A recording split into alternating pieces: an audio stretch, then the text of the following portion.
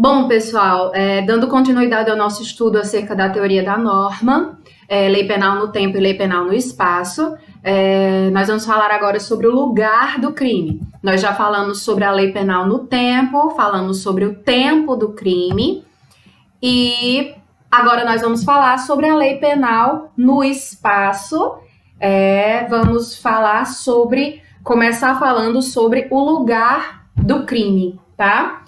O lugar do crime. De acordo com o Código Penal, no artigo 6º, a teoria adotada para definir o lugar do crime é a chamada teoria da ubiguidade ou mista.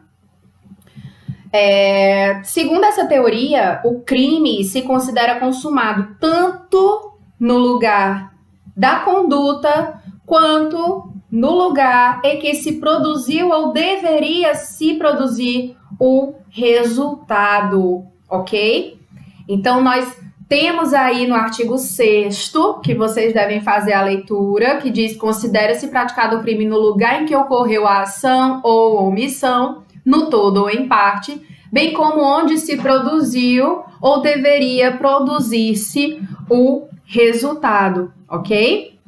Então, esse dispositivo, ele rege traz a regra do lugar do crime. Ela tem relevância, pessoal, essa regrinha do lugar do crime, ela tem relevância quando se trata de crimes praticados à distância, ou crimes de espaço máximo, também são chamados assim. São aqueles que a execução se inicia no território de um país e a consumação se dá ou deveria se dar em outro país. Então, imagina que um sujeito inicia a execução de um crime na Argentina, visando produzir o resultado desse crime no Brasil, ou o inverso. Nesses casos, os delitos eles serão considerados ocorridos em território nacional. A lei brasileira vai se aplicar nesses casos, ok? Basta que o crime tenha tocado, como dizia a Hungria, o território nacional para que a nossa lei seja aplicável. Bom, falar agora um pouco sobre a questão da territorialidade, tá? De acordo com o artigo 5º caput que eu coloquei para vocês, ele diz: aplica-se a lei brasileira sem prejuízo de convenções, tratados e regras de direito internacional ao crime cometido no território nacional. Então, diante disso, a gente vê que quanto à territorialidade, o nosso código acolheu o princípio da territorialidade da lei penal, ou seja, a lei penal brasileira aplica-se a todos os fatos ocorridos dentro do nosso território, certo? Só que existem exceções a essa teoria, tá? Existem exceções, tá? O próprio dispositivo fala, sem prejuízo de convenções, tratados e regras de direito internacional. Então, nós temos exceções. Por causa dessas exceções, a gente diz que o Brasil acolheu o princípio da territorialidade relativa, ou teoria da territorialidade relativa temperada ou mitigada, né, em detrimento da territorialidade absoluta. Se fosse o princípio da territorialidade absoluta, não seria admitida qualquer ressalva, qualquer exceção. Então, essa escolha ela se justifica em razão da boa convivência internacional, né, em homenagem à reciprocidade entre os países soberanos, isso deve reger todas as relações do Brasil no plano externo, ok? Então, vamos lá. Coloquei aqui para vocês o parágrafo 1º e 2º, os parágrafos 1º e 2º desse artigo 5º. Eu sugiro que vocês deem uma pausa e leiam o parágrafo 1º e o parágrafo 2º. Em seguida, retornem para dar continuidade dar continuidade ao estudo do que eu vou mencionar agora, ok? Então, feita essa leitura, se vocês, quem pausou, fez a leitura do parágrafo 1º e do parágrafo 2º, continuando agora, o que seria território nacional, tá? O território, no sentido jurídico, é todo o espaço que o Brasil exerce sua soberania, tá? Então, abrange os limites compreendidos pelas fronteiras nacionais, o mar territorial brasileiro, né, que são 12 milhas contadas da faixa litorânea média, todo o espaço aéreo subjacente ao nosso território físico e ao mar territorial nacional, as embarcações brasileiras privadas em qualquer lugar que se encontrem, salvo em mar territorial estrangeiro, sobrevoando o território estrangeiro, e as aeronaves e embarcações brasileiras públicas, onde quer que se encontrem, e as estrangeiras privadas, desde que estejam dentro do mar territorial brasileiro. Por isso que eu coloquei aí, considera-se extensão do território nacional as embarcações e aeronaves de direito público ou a serviço do governo brasileiro, onde quer que se encontrem, né? Então, a lei brasileira é a que se aplica nos crimes praticados no interior dessas aeronaves ou dessas embarcações, tá?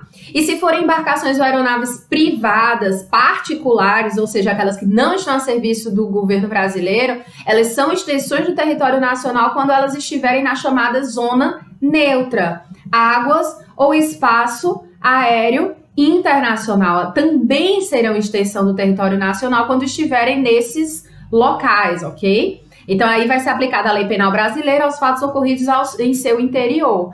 Porém, se essas embarcações ou aeronaves privadas particulares estiverem em outro país, em águas de outro país ou espaço aéreo de outro país, vai prevalecer, via de regra, a lei desse país, ok? Então, feitas essas considerações, vamos falar um pouco agora sobre a questão da extraterritorialidade da lei penal brasileira. Quanto à extraterritorialidade da lei penal brasileira, pessoal, o que é extraterritorialidade? Eu coloquei para vocês, é o fenômeno pelo qual a lei penal brasileira se aplica a fatos ocorridos fora do território nacional. Ou seja, pratica-se um crime em algum lugar fora do território brasileiro, mas, por determinação do nosso Código Penal, esse fato fica sujeito à aplicação da nossa lei penal, da lei penal brasileira. Então, por exemplo, tem um homicídio praticado por um brasileiro na Argentina, ou um roubo cometido contra um brasileiro nos Estados Unidos, enfim. Esses delitos serão julgados, a princípio, no país em que eles foram cometidos, ok? Então, nesse exemplo que eu dei, o brasileiro que cometeu o homicídio na Argentina vai ser julgado na Argentina, o autor do roubo contra o brasileiro nos Estados Unidos vai ser julgado nos Estados Unidos, segundo as leis dos respectivos países. Mas, contudo, porém, no entanto, é possível, mediante uma série de condições que eu ainda vou falar um pouco para vocês, que se instaurem também no Brasil uma investigação ou um procedimento criminal para responsabilizar o autor do fato com base no nosso Código Penal, tá? Então, são regras que nós precisamos ter uma certa atenção a isso, ok? Então, embora o fato tenha ocorrido fora do Brasil, em determinadas condições, a nossa lei vai ser aplicada, tá? Vai ser aplicada, obviamente, por o nosso tribunal, pelo Poder Judiciário do Brasil. Princípios, nós temos duas espécies, de extraterritorialidade no Código Penal, tá? Os casos mais graves são de extraterritorialidade incondicionada, eu vou falar para vocês daqui a pouco quais seriam esses, tá? São os que estão previstos no artigo 7º, inciso 1 e parágrafo 1º. Então, eles são fatos praticados no exterior, mas independentemente de qualquer coisa, eles vão ser julgados aqui no Brasil. E temos outras hipóteses que são a de extraterritorialidade condicionada, que a aplicação da nossa lei vai depender de um concurso de diversas condições. São as situações do artigo 7º, inciso 2, parágrafos 2º e 3º. Antes de entrar nessas condições, especificamente cada uma delas, eu vou comentar sobre os princípios, tá? Existe o princípio da territorialidade, existe o princípio da extraterritorialidade e nós temos princípios subsidiários ao princípio da territorialidade, tá? Ou extraterritorialidade, como você preferir. Nós temos o princípio da universalidade, que também é chamado princípio da justiça penal universal ou cosmopolita, tá? Que ele se refere a hipóteses em que a gravidade do crime ou a importância do bem jurídico violado justificam a punição do fato, independentemente do local em que é praticado e da nacionalidade do agente, ok? Então, como é que funciona? De acordo com esse princípio, cada estado teria o direito de punir qualquer crime, sejam quais forem os bens jurídicos por eles violados ou lugar onde tenha sido praticado o crime, não importando a nacionalidade do criminoso, nem a nacionalidade da vítima. Para que ele seja punido, basta que se encontre no território daquele estado, ok? É um princípio bastante criticado, tá? É adotado no caso de crimes de genocídio, né? O nosso artigo 7º, inciso 1, a linha D, e inciso 2, a linha A, dispõe que ele deve ser aplicado no caso dos crimes de genocídio, desde que o agente seja brasileiro ou tenha domicílio aqui no Brasil. E também nos casos em que o nosso país se obrigou a reprimir por força de tratado ou convenção internacional. Me dá um exemplo, professora. O Brasil é signatário em matéria de genocídio do Tratado de Roma, que institui o Tribunal Penal Internacional, que é competente para julgar esse delito de genocídio. Então, no caso aqui, nós temos o princípio da universalidade. No Brasil, no artigo 7º, inciso 1, a linha D, e inciso 2, a linha A do Código Penal. Portanto, esse princípio da universalidade é adotado nessas situações que eu acabei de mencionar para vocês. Temos outro princípio, que é o princípio real, também chamado de princípio da proteção, ou proteção de interesses, ou princípio da defesa. Ele justifica a aplicação da lei brasileira, da lei penal brasileira, sempre que no exterior se der ofensa a um bem jurídico nacional de origem pública, ok? O Código Penal, para esse princípio, ele foi adotado nas letras A, B e C do inciso 1 do artigo 7º, tá?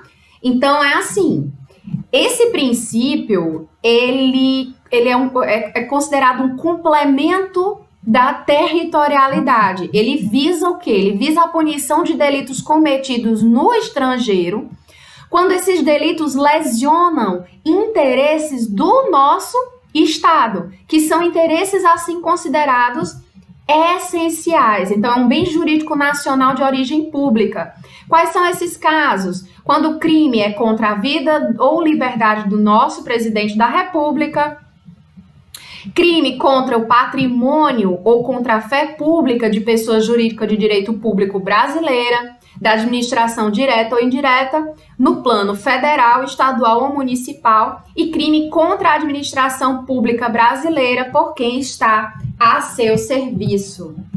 Já em relação ao princípio da personalidade ou nacionalidade, cada país, de acordo com esse princípio, cada país ele tem interesse em punir seus nacionais, né? A lei pátria se aplica aos brasileiros em qualquer lugar que o crime tenha